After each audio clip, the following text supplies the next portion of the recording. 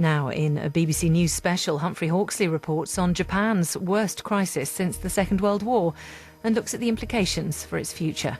This is BBC World News.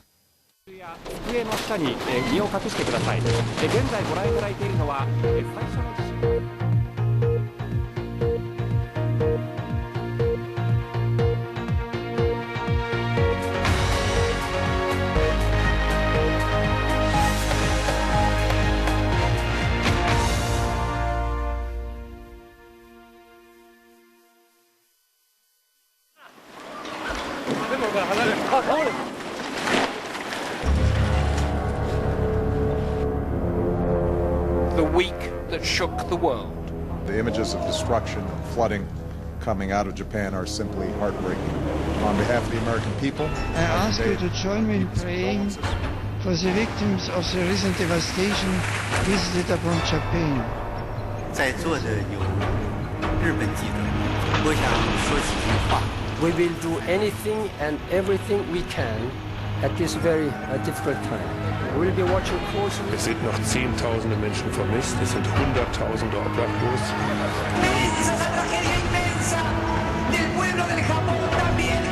To the Japanese people, we've had a terrible reminder of the destructive power of nature, and everyone should be thinking of that country and their people. And the earthquake in Tohoku is unprecedented scale, as big as magnitude 9.0, and I feel deep sorrow the people who suffer this terrible disaster.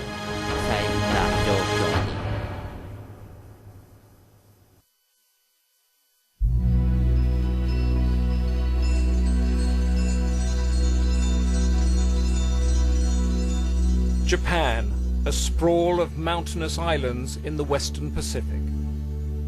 An industrial power and a beacon for development in Asia. This is a wealthy society, forward-looking, that stormed the world with its cars and high-tech gadgets. Yet the country is deeply traditional, with strong social hierarchies. Many keep the same job for life. Most live on the coastal fringes, a landmass that sits on 3 of the Earth's big tectonic plates. There are tremors every day. From childhood, they train in earthquake drills. Deep in the national psyche is what will happen when the big one strikes.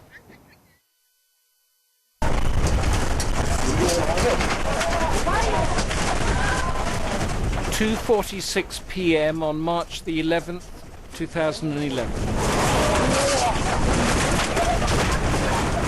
In the middle of a Friday afternoon, Japan was going about its business just before the weekend.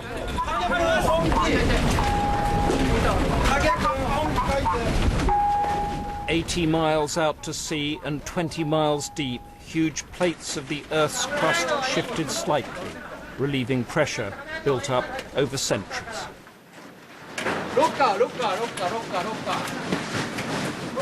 The quake was the most powerful ever to hit Japan.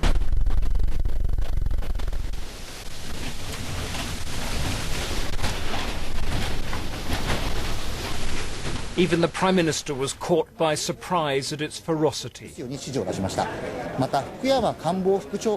It shook buildings as far away as Tokyo, more than 200 miles to the south.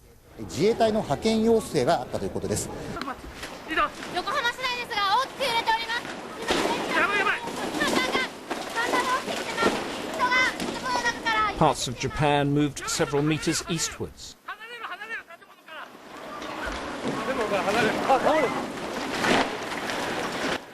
The Earth actually shifted on its axis. The fierce rolling of the planet lasted longer than anyone could remember.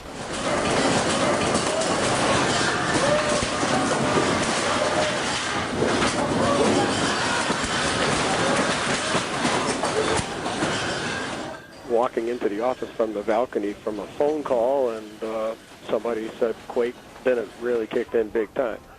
And we didn't wait around too long before we all headed for the stairs and out of the building.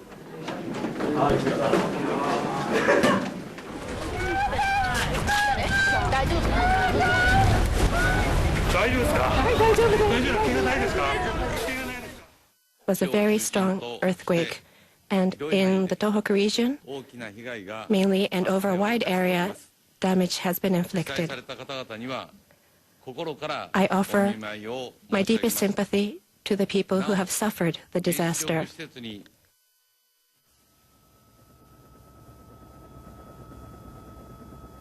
But an earthquake itself was not a shock. Japan had been built to withstand that. The catastrophe came from the sea.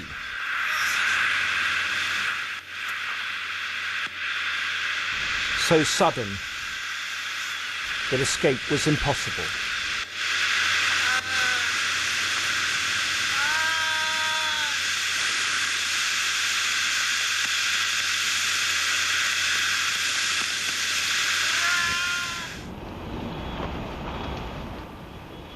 Ten-meter-high walls of water swallowed up everything in their path. Nothing could stop it. Whatever the design, however strongly built, we can see the buildings and the cars, but not the people inside.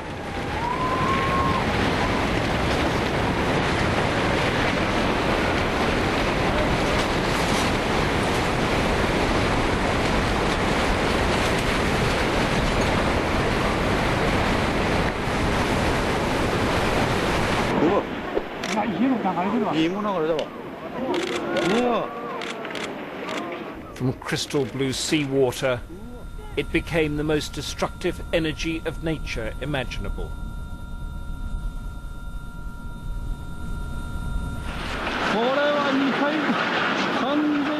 Houses designed for earthquakes crushed like matchwood.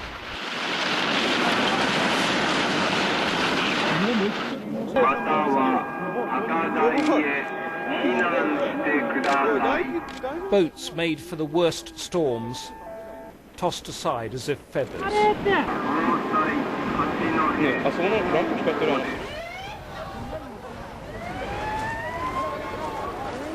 A force so great that it took whole communities, while some watched in total shock.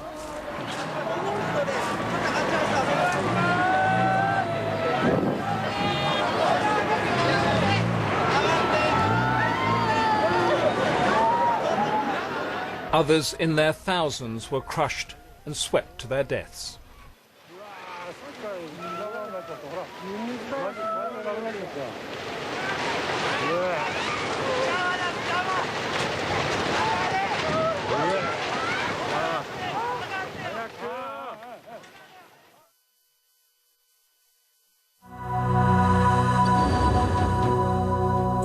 Tsunami comes from two Japanese words, Su, meaning harbour, and Nami, meaning wave. Scientists at Britain's National Oceanography Centre can simulate how the devastation was caused, starting with the movement of the Earth's tectonic plates. In this case, we have a destructive plate, so the Pacific plate is sliding under the Eurasian plate and the North American plate. And because there's friction, what's happening is, as the plate goes down, it's dragging the continental plate with it. And then every so often, the whole thing suddenly releases and we get a sudden upshoot of land. And so the paddle here is simulating the seabed, and as the seabed lifts up, so it pushes water and creates a wave. The wave travels at speeds of up to 500 miles an hour across the ocean, only about a metre high though. Then it slows as it reaches shore, and that makes it worse. As the wave approaches the coast, it slows down. It goes 500, 400, 300, 200 to 50 miles an hour, roughly. And so the back of the wave is still going at 500 miles an hour. The front of the wave is slowed down. And so your 1 metre wave suddenly piles up. And we go from 1 metre to 10 metres, moving towards the coast at about 50 miles an hour. This is a tank specially designed to monitor wave movements and examine the impact of earthquakes and tsunamis. And there are dozens and dozens of research centres like this all around the world, all of them openly exchanging information. But the cold truth is that still no one can predict when an earthquake will strike and what the impact of the tsunami will be.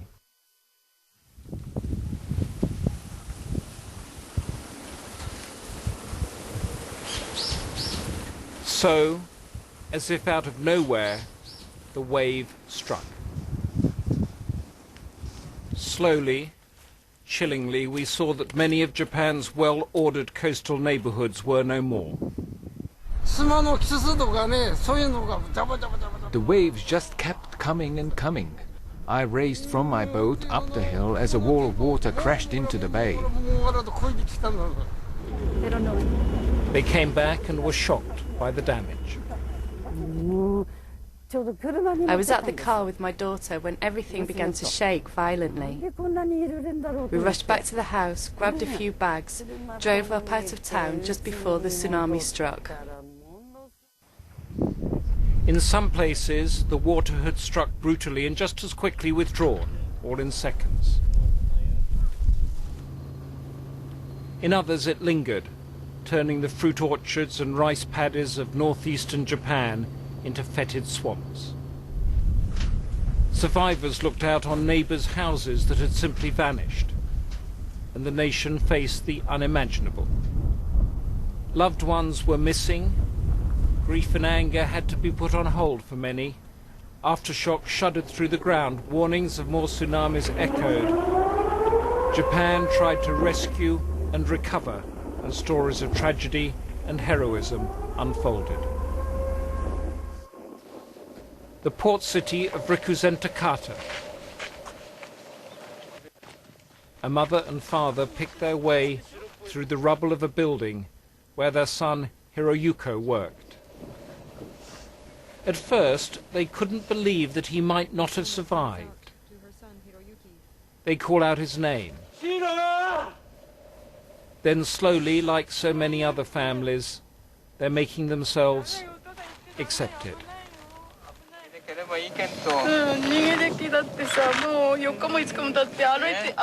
It's been 4 or 5 days now. It's only a short distance from home. He's not coming back, is he? We are starting to lose hope. The city of Ishinomaki.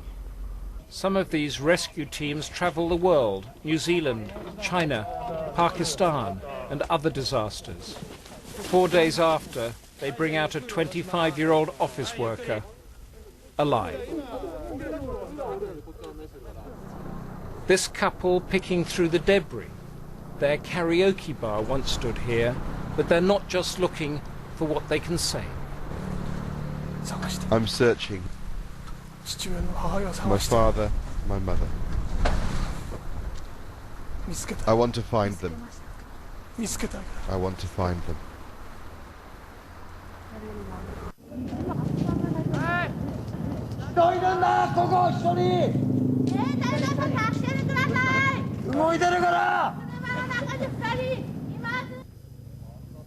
Yes, there is movement in the car below.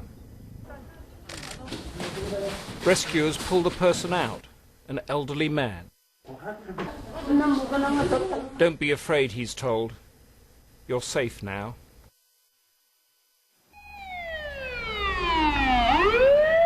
All around, fires burnt through leaking gas.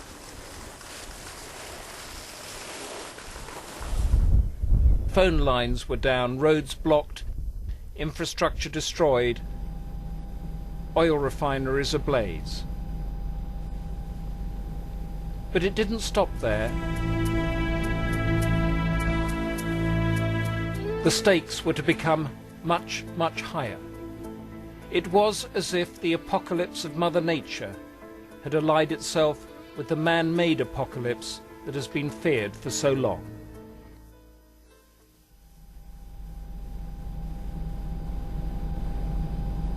Just over 40 years ago, as Japan's quest for economic growth spurred its need for energy, a nuclear complex was built on the coast at Fukushima. It was made up of 6 reactors. Japan has more than 50 reactors in all, supplying 30% of its electricity.